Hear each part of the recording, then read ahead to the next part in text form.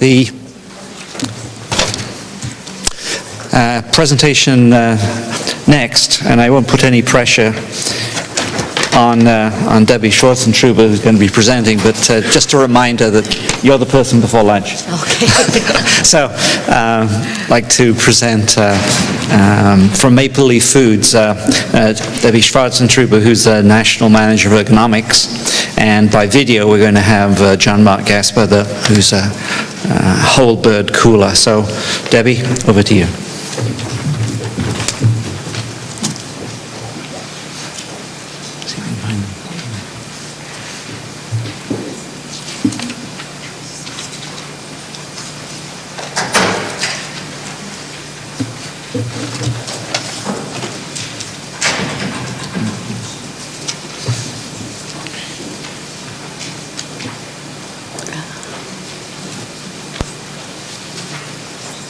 I think this is mine. Yeah.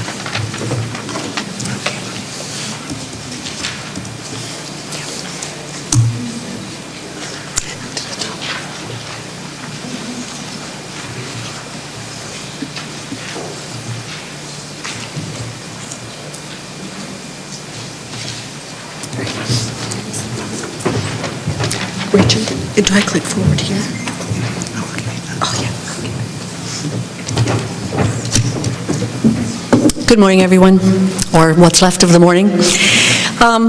Maple Leaf has undergone a lot of culture change, so I'm going to be talking a little bit about that. When I looked at the title of this, what happened there?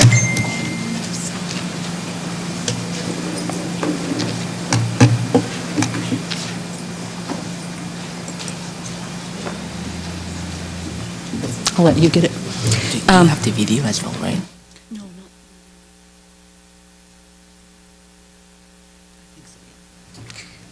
not. So looking at the title of the conference, The Road to Excellence, I had to chuckle to myself. I started to think about when I was very young, a new ergonomist, quite green, or really just getting into ergonomics. And I remember talking to my manager saying, you know, and if we get everything fixed, won't that mean that I'll have worked myself right out of a job?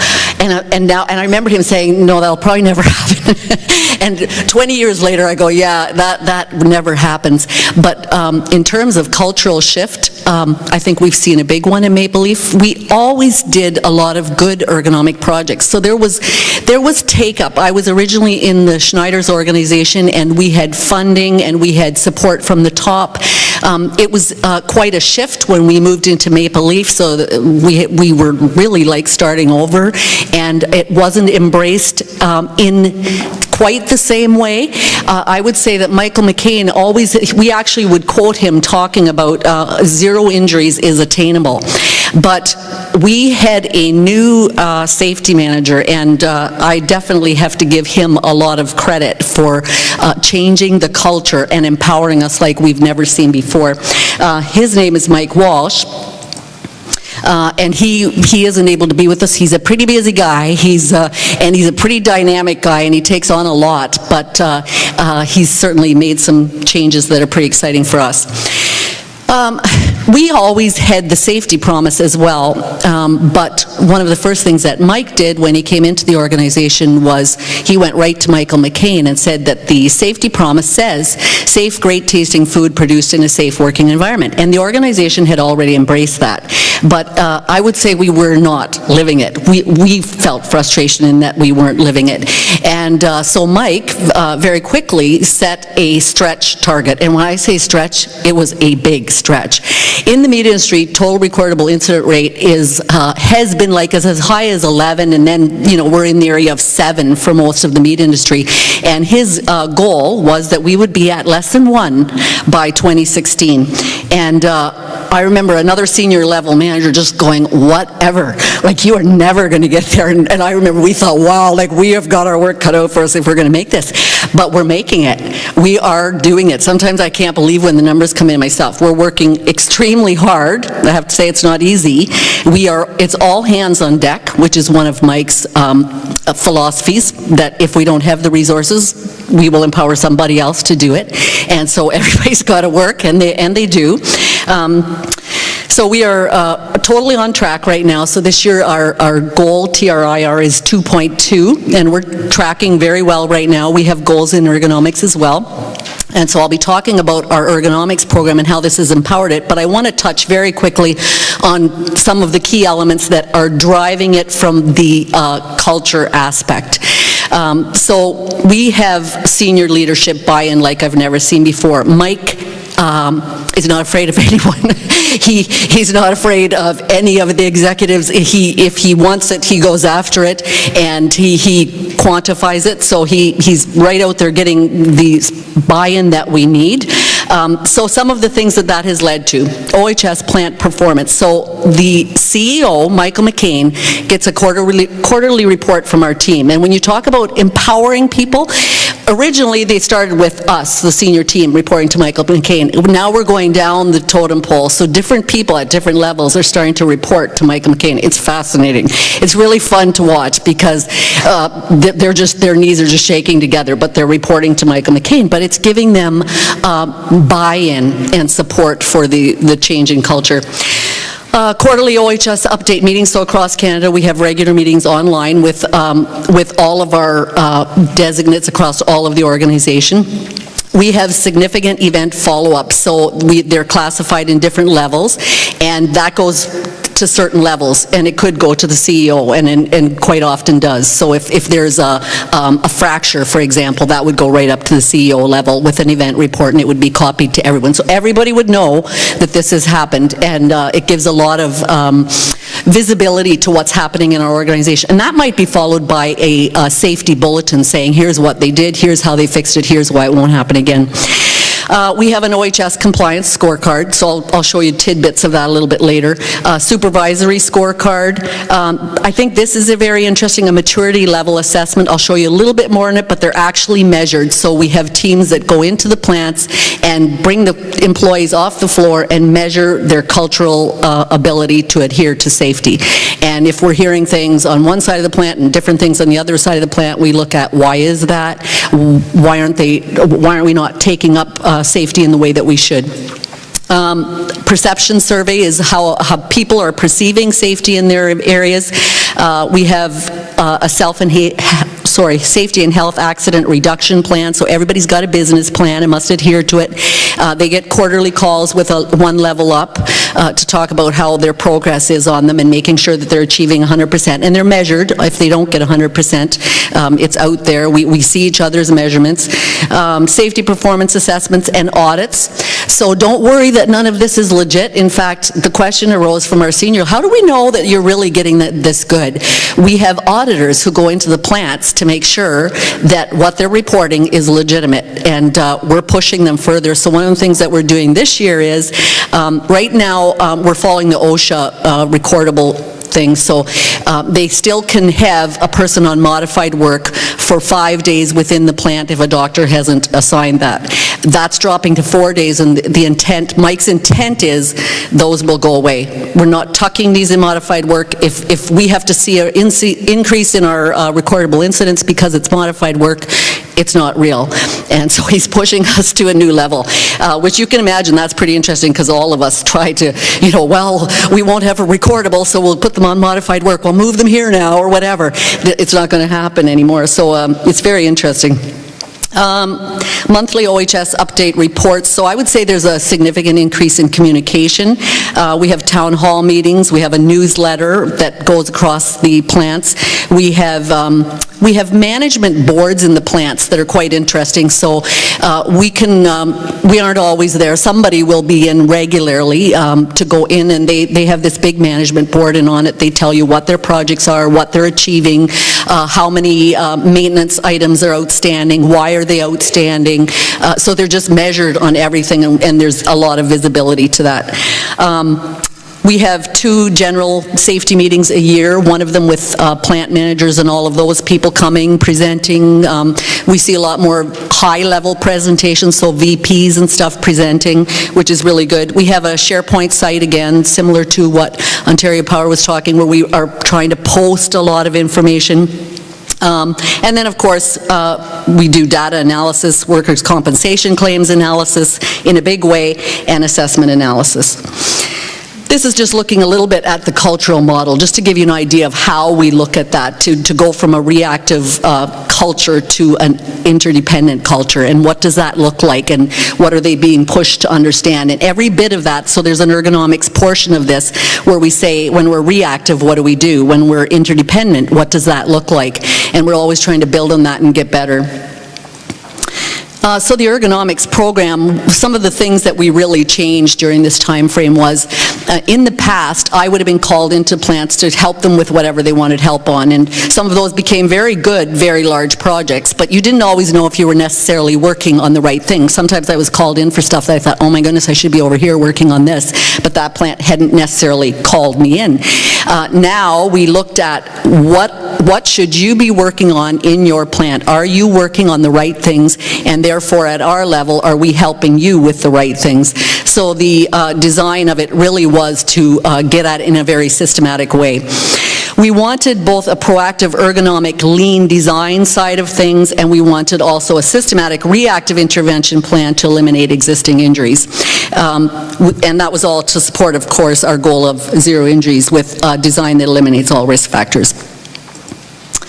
One of the things that we did was to go to Michael McCain for the first time. We really measured, so you're not seeing all our stuff here, but we measured intensely claims over $25,000 over 4 years to get at what was the average of those costs, what % of our costs do they contribute to the organization. In other words, where is cost coming from, knowing that senior levels of management are interested in cost. And so we just broke down our cost and were able to develop average cost of a significant injury, etc. These are the key elements of the ergonomics project. So that really, of course, drove ergonomics. So for the first time, Michael McCain was like, oh yeah, get out there and really, like, getting money is easier now for projects than it was before. We don't have to do quite as much on labor justification and stuff like that. So project guidance, we have prioritization, so we want them to all look at, if possible, 5 years of injury and determine if it's not fixed already, then what are your priorities and what should you be working on. It doesn't mean that something new can't come along and they shouldn't be working on that, but if you've got problems in your plant that have never been addressed, then you should be prioritizing them well in advance of capital budget planning if it requires capital, and making sure that you're getting it on your plant manager's list so that there's money there to fix it. We have a central reporting system. We're working at getting that better, but all of our projects are visible to each other throughout the organization. We have an expertise matrix. In other words, I'll show you that. It really just, they put numbers in to determine when do they need outside help. If this is too complicated, when do you need outside help? We do proactive installation reviews and, of course, training. We have technical guidance on tools, so everybody's just getting access now to ErgoWeb, where they can do the analysis quickly online and use the tools. Risk quantification analysis. We show them how to do analysis. We give them a template. We're basically making ergonomists in every plant. So, I'll explain this. There's another slide that talks about this a little bit more. We've put out engineering guidelines. We're advertising equipment solutions. Again, I'll talk about that in a little more detail.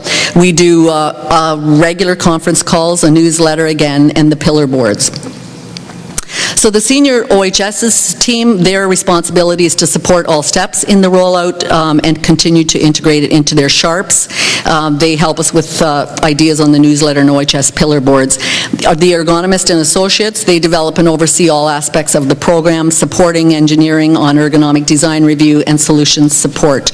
Engineering is very involved, so you'll see that there are 2 designates in every plant, one of them being an OHS person and one of them being either engineering or maintenance manager or project manager, so that we're aligned together. I am such a big believer in that OHS people have the right idea about what may need to be fixed, but in terms of technology, they need support on actually executing it. And one of the things I heard in the last presentation was ownership. And if there's one thing that I learned in this process is ownership is so important. I see a difference in our plants since they own the project. When they called me in, they were aligned because they knew they had to get the injuries out, but they're excited about it because they came up with their own project ideas. So we give them guidance and ideas and we put it right in their hands. Here's probably what you might want to look at. Okay, and then away they go and they look at it and they put it in. And I see a lot of excitement about that because plant managers are now reporting on what they did, and engineers are now reporting on what they did, and OHS people and plant level people are reporting on here's how we were involved. So I think that is something that's really significant in getting uptake on it. Plant managers getting very involved, some more than others, definitely, there's always that. So there's 2 in-plant ergonomic designates, and they're considered the experts, and they're responsible for their statistics in their plant. So we do measure, and if we see that a plant is in the red, the buck stops there. It's those 2 individuals. One is the health and safety person, and the other one is the engineering person. And we will go in. We would go in and work with them and say, what's wrong? And they might say, well, we were working on this, but we can't find a solution. So then we might really help with that solution to try to figure out what is wrong, what else can we do. And then, of course, the Joint Health and Safety Committee, we're rolling out new training for them this year. And they're involved on teams, and I should specify how we work with teams. We don't have ergonomic teams in our plants. What we do have is, if they're working on a project in packaging, there will be a team set up in packaging, meaning that the 2 ergonomic designates, the OHS person and the maintenance or engineering person, will set up a team, they'll do the analysis, and then the team from packaging will start working on the problem in packaging. So that you have the manager from packaging, you have the employee from packaging, you have the maintenance person from packaging, so that there's a lot of expertise going on there, and of course the safety rep from packaging. So strain injuries are compiled and tracked on spreadsheets. Sadly, we still don't have a program we used to that tracked all our injury data, so we're sadly doing it in sort of a sad way, but we're moving towards something. We're on SAP, so we're hoping to get that eventually. But we do have them planning out, with 3 years, hopefully, so we keep pushing them, think 3 years ahead, keep changing your plan, modify it as needed, so that it's just like a business plan. They're always thinking well in advance, what will I need, how does that fit into my plant's budgeting structure, how does that fit into my plant's business plans, and then they are to enter that into their shared spreadsheet and Sharp to exploit common opportunities. That's another thing we're really pushing, is common opportunities. If we hear that this plant is working on breading and batter, didn't you guys say over here you're working on breading and batter, you guys should be talking together, sharing the ideas, and that's working really well. So we just had a huge project in our Brantford plant approved, and immediately the plant manager in our Courtney Park plant in Toronto said, we want that too, because they know that they have the exact same situation. The complexity matrix on the right there, you can see it's really just a way of ensuring that if we come in, we're coming in on the right things. It's working pretty well. Somebody said today as well, developing some of your own tools, and this is one of our own little tools, and we're trying to develop more because we see the need for it as we go. This is a glimpse at their scorecard. So this is the strain injury scorecard. So we look at their hours and their total recordable incident rate, and then we look at what they were in 2013 and what they were in 2014, and you can see if they land in the red. Sometimes they may be such a small plant and all they had is 1 injury, and then we would look at what was that, and we might talk with them and what have you done. But if it's a large plant and there's a lot of injuries coming out of it, we would visit. We would go into that plant and we would start working with them. What else do you need? What isn't working? What are the projects you're struggling with? So that we're very clearly working on the right things.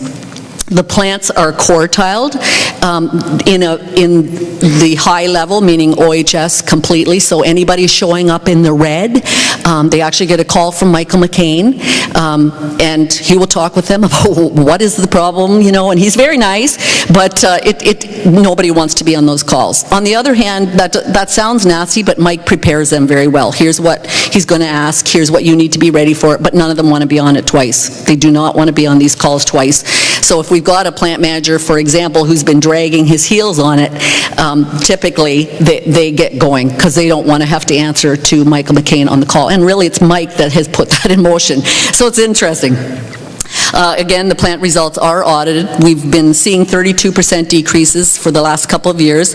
Reports are generated quarterly to all levels of management, and quarterly CO updates and indications of opportunity. So they're identified that way. So every time we give a quarterly update to Michael McCain, which is spread out to everyone else, we identify what are our opportunities. So in terms of, this plant is struggling with a strain injury, for example, and it would become clear where we need to work. We have an ergonomic steering team. Now that just is a team that meets every 2 weeks, and that's some occupational health and safety reps, some ergo reps, 2 plant managers, and then we have some project maintenance reps. And that's really just a discussion thing to say, what else could we do to do better? What do you see plants struggling with? What are initiatives that we should be taking? So for example, we're trying to align more with black belts and getting our black belts in Six Sigma more aligned. And that's one of our goals for this year, how to work with them. Another one is making sure all plant managers get some kind of good training. That's been exciting because the 2 guys that are on this team, the 2 plant managers that are on this team attended our full 3-day training and came away very excited, saying that all plant managers should have this because there's all kinds of opportunities here. So what they're seeing is a lot of opportunity to save not only injury but wasted labor and time and money, and so they're excited from that perspective. So we're trying to develop that a little bit further. We're starting technology calls. I think our first one is this week, where we look at technology out there that maybe is in our plants or maybe is not in our plants, but we will be setting up an online sort of a webinar where we talk. The first one we're talking about is a case packer, case erector, case packer, and palletizer in a small footprint washdown, which is very viable in our industry. It's small, it reduces a lot of labor, it eliminates what is one of our worst problems, which is our pack-offs, and it's just saying, think about this, and then it's up to them. Do they want to pull them in and look at this technology further? So we're trying to get specific, and just pieces of equipment that might help. We're looking at a tool that, this is one we're playing with right now, where we can say, okay, we manually put bologna in a box. Right now, this takes 4 people, and these movements, I reach up here to get a box, that takes me 2 seconds. So it's sort of an industrial engineering thing, but it's sort of trying to put in the hands of these people who are quantifying something where they just fill in the blanks and say, yeah, this will require 4 people, and their time is full, and it's all non-value added, and over here we measure how bad is it. It's all red because it's going to contribute to risk. And okay, if I put in this, how many people do I need, and how does my injury side of things look now? And it should all be turning green. So we're trying to work on a tool that allows them to quickly fill in the blanks and say, if I put this piece of equipment in, what will I get out of it? Which will just justify what they're trying to do to, say, plant management or even higher levels. It could be attached to their executive summaries. A poster campaign is being developed. These are some of our, I know I'm running out of time, so this is some of the results. And possibly of interest down at the bottom is the total number of projects, which it's increasing all the time. Some are falling off as they're completely completed, but at any time we're tracking a high number of projects, and then we're looking at completion rates at any period of time. And John Mark Gasper. Hopefully I can pull this video up now. This is, I was asked if I could bring someone from the plant. No. There's hardly room for the mouse here.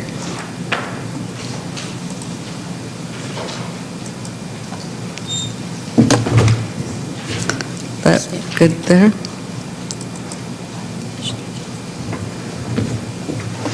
This is where they were lifting 70-pound cases of poultry above their heads. So this is a $75,000 project. It didn't eliminate labor. It's just is anybody familiar with the quick lift? Ever seen it? It's a load cell, so it senses the weight and moves very quickly. It's not a counterbalance or anything.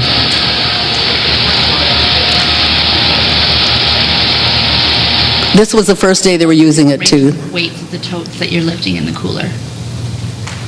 We lift, usually it's more than 20 kilograms. I tried lifting it manually, and it's so much better compared to using your arms lifting it, because it makes the job much Do you easier. feel that everyone in the department is happy with the quick lift?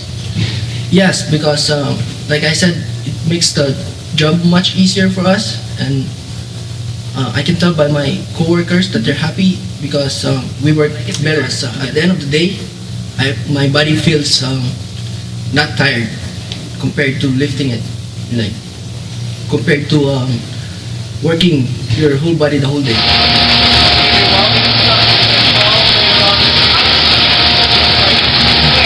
We looked at 2 different types of lifts to be used in the cooler department, and we had hourly employees try out the 2 different lifts to determine which was the best fit for the department. Do you think this was the right approach for the project? Yeah, I think it gives the workers choices which one works best for the type of work being done. So that particular solution, we kind of had to feel what we thought would be right, but we really got employee involvement. We brought demos in and just let them pick it, and that way it's theirs. They picked it, they loved it, they right away when we put it in, they started working with it very well. So I think that's it for me.